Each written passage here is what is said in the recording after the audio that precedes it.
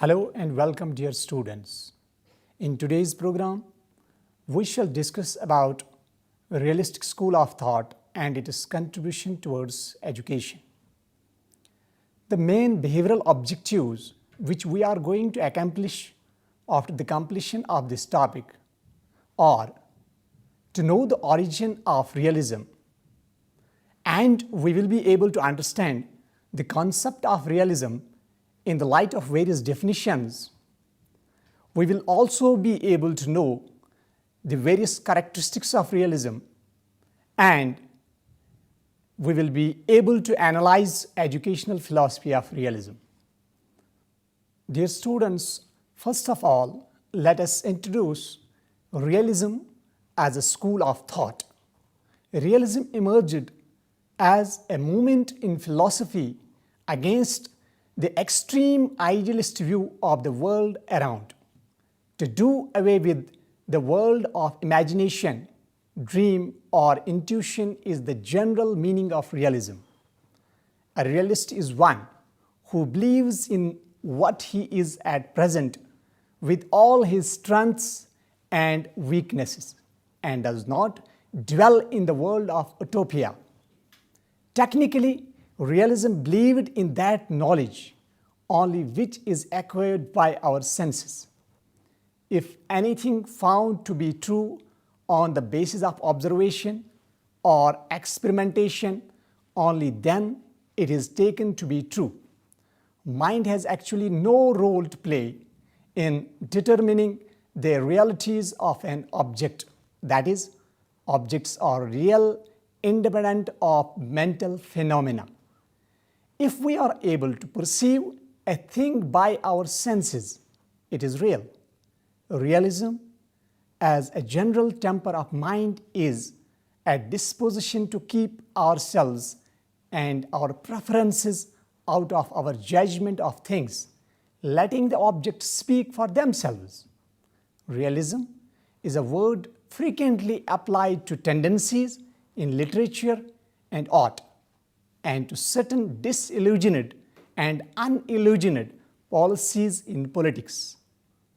Realism in philosophy has something in common with these trends, but not too much.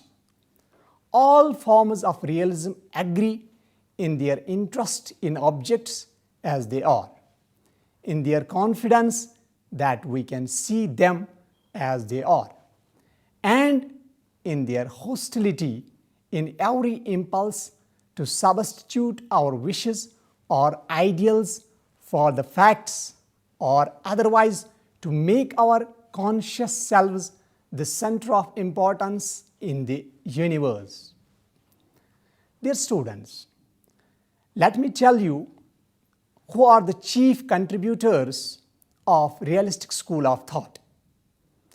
The realist trend in the philosophy can be traced back to Aristotle, who interested himself in particular facts of life, as against Plato, who was interested in abstraction and generalities. Aristotle is recognized as the father of realism. Another great name of this school is Saint Thomas Aquinas, who infused the realist spirit in religion. Comenius, in his great didactic, wrote that mind is only a passive recipient reflecting all things around it as a spherical mirror. John Locke put it more vehemently when he said that, quote, "The mind is a tabula rasa," means clean slate, and reality is outside the mind, unquote. After him, philosophers and thinkers like Immanuel Kant, John Frederick Herbert, and William James affirmed that the external world is a real world. Students, let us discuss a few definitions so that we can get a comprehensive view about realism. Butler, a great philosopher, says, quote, "Realism is the reinforcement of our common acceptance of this world as it appears to us. Unquote. According to this definition, reality is what we perceive, and our common perception gets reinforced with the help of this philosophy through observation and experimentation. Another philosopher, whose name is Ruskin, he says, quote, "The aim of new realism is to expound a philosophy which is not inconsistent with the fact of common life and with the development in physical sciences." Unquote. Now, let us discuss forms of realism. Students, there are various forms of realism, which are: number one, humanistic realism; second, social realism; third, the sense realism; and fourth, neo-realism. Dear students, first of all, let us discuss what is humanistic realism. Humanistic realism has dominant place in the old literature and study of classics. The Dutch international scholar Erasmus, the Frenchman Rabelais, and the English poet Milton were the key exponents of humanistic realism in education. This form of realism emphasizes the general human welfare through education by saying that human beings are the fundamental realities in the material world. So, realities of the material objects must be examined in terms of human realities. Second, social realism. The chief contributors of social realism are Lord Montaigne and John Locke.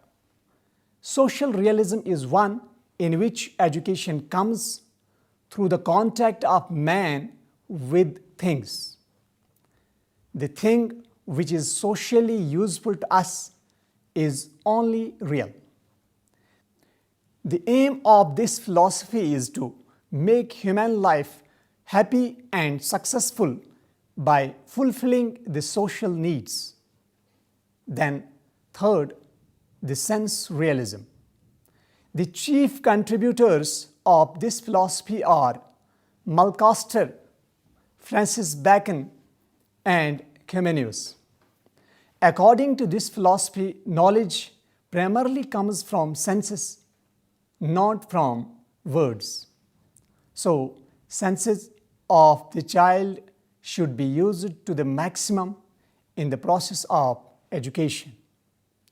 The main aspects of this system are: number one, mother tongue as the medium of instruction; second, more importance to the study of nature through the study of science subjects instead of languages and humanities; third, more emphasis on practical and utilitarian education; fourth, psychological method of teaching; and fifth, deductive method is more important than inductive method. Then, neo-realism. The important exponents of this branch of realism are Whitehead and Bertrand Russell. According to this form of realism, rules and procedures of science are also changeable. So, there is no permanent nature of truth or reality. Dear students, after this, let us discuss some important principles and characteristics of realism. Number first, nature of universe. Universe is not only external, but it is governed by the inexorable law. It seems less true in social sciences as compared to natural sciences. It is because that man has not yet perfected techniques of ascertaining and stating the laws of social phenomena. Second, reality differs from truth. Reality is concerned to what actually is, and truth is its image. The test of truth is its correspondence to reality. Then third, values.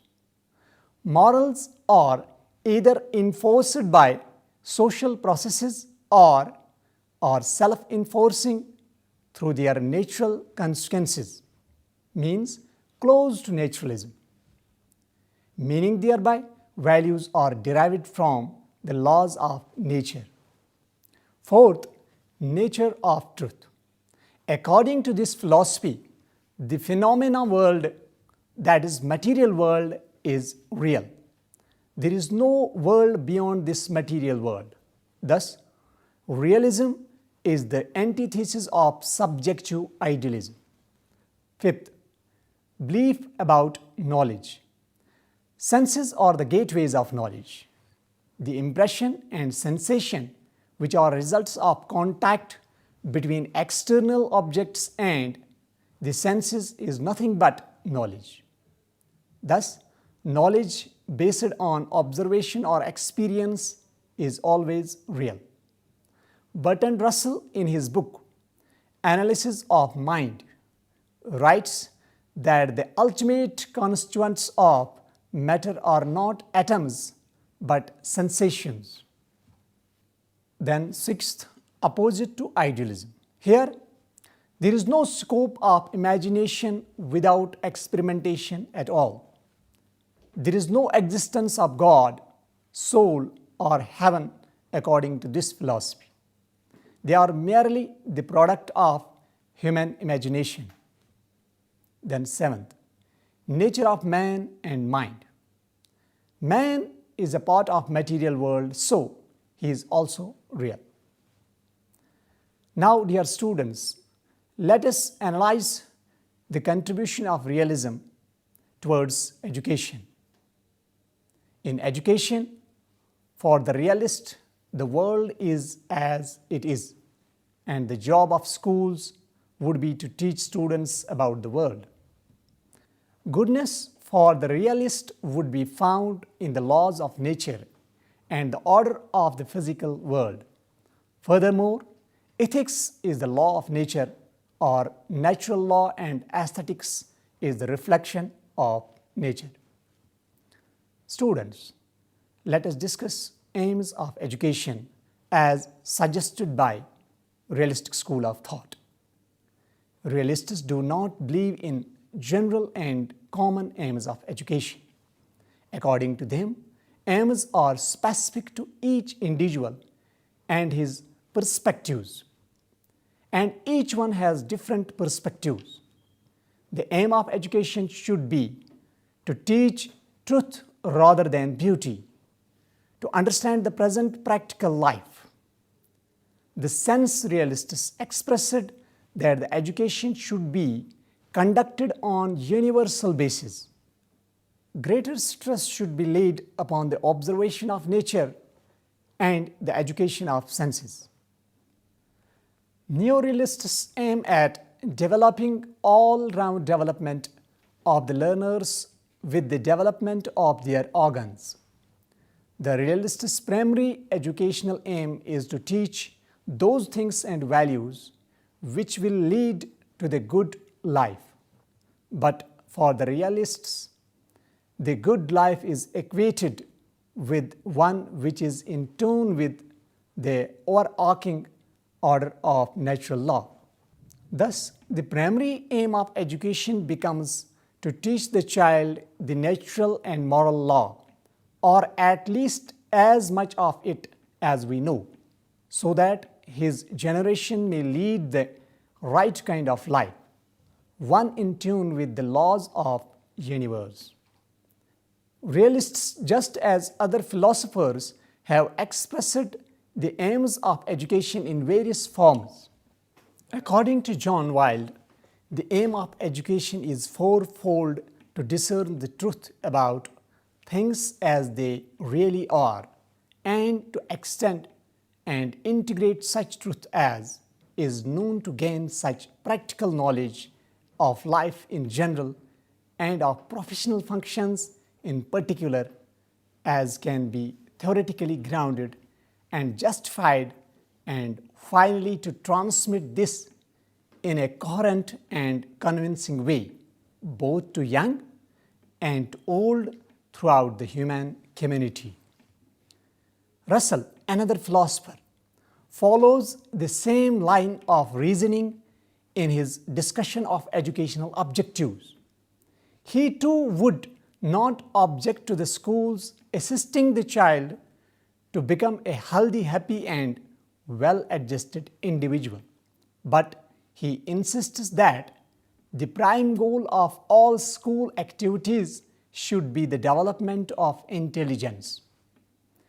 Intelligence is that human function which enables one to acquire knowledge.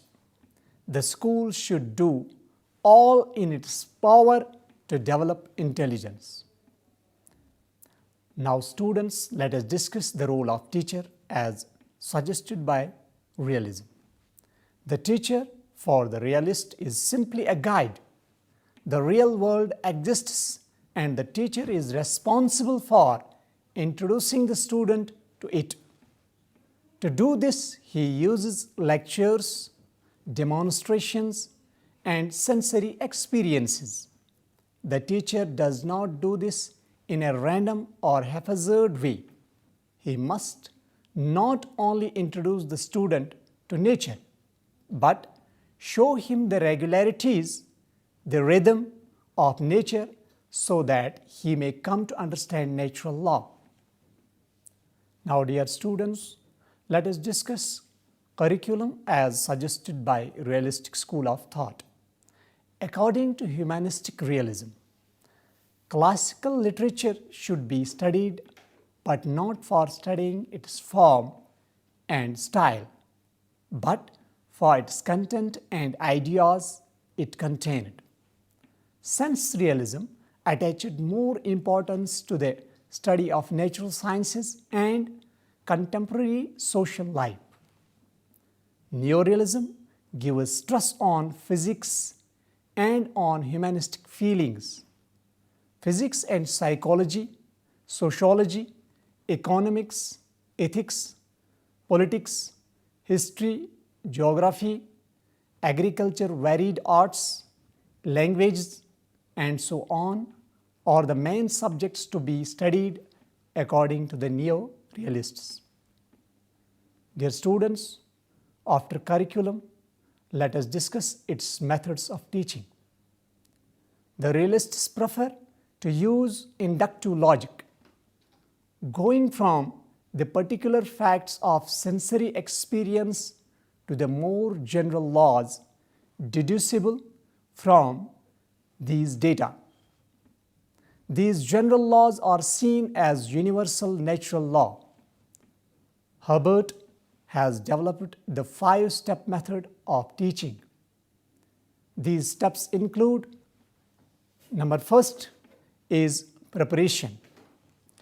An attempt is made to have the student recall earlier materials to which the new knowledge might be related. The purpose of the lesson is explained, and an attempt to interest the learner is made. Second, presentation. The new facts and materials are set forth and explained. Third, association. A definite attempt is made to show similarities and differences and to draw comparisons between the new materials and those already learned and absorbed into the apperceptive mass. Fourth, generalization. The drawing of inferences from the materials and an attempt to find a general rule, principle, or law. Fifth, application. In general, this meant the working of academic exercises and problems based on both the new information and relevant related information.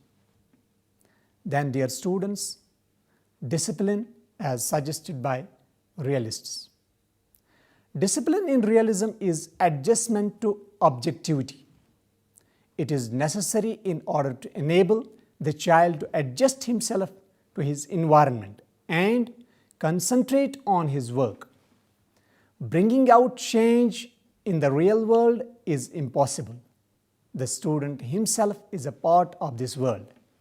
He has to admit this fact and adjust himself to the world. A disciplined student is one who does not withdraw from the cruelties, tyrannies, hardships, and shortcomings pervading the world. Realism has vehemently opposed the withdrawal from life. One has to adjust oneself to this material world. Now let us discuss some merits of realism. Number one, realistic education emphasizes objectivity. The result is that more and more objective methods of teaching and evaluation are gaining ground today. Second, realism emphasizes that education should be practical and utilitarian. Now, impractical and useless education has come to be regarded as waste of time, energy, and resources. Third, in place of repressionistic discipline, a synthetic form of impressionistic and emancipatory discipline is being accepted by educationists today. Fourth, realism prescribed realistic and useful aims of education. Such aims are directly related to the needs of the individuals and demands of the society. Dear students, though we know realism is a great philosophy and has contributed in various walks of life, but some philosophers have criticized it, and that criticism goes like, number one, it denies the existence of metaphysical world in total, but it fails to answer several questions such as, number one, is there any power behind the physical world? Second, is this physical world absolute and supreme? Third, what are the limits of this physical world? And so on. Then, realism regards the senses as gateways of knowledge. When senses come in contact with physical objects. But how illusion occurs when senses are so powerful sources of knowledge? This is the question that realism is unable to answer. Again, it does not believe in imagination or emotions. The fact, however, is that without imagination, no scientific invention takes place. Another criticism, it takes only worldly pleasure in account. This belief is also unsounded because many people commit suicide only due to lack of spiritual bliss. Again, if science subjects are given much preference to arts and humanities, it may create imbalance in the curriculum. Dear students, from the discussion, we may conclude realism is the reinforcement of our common acceptance of this world as it appears to us.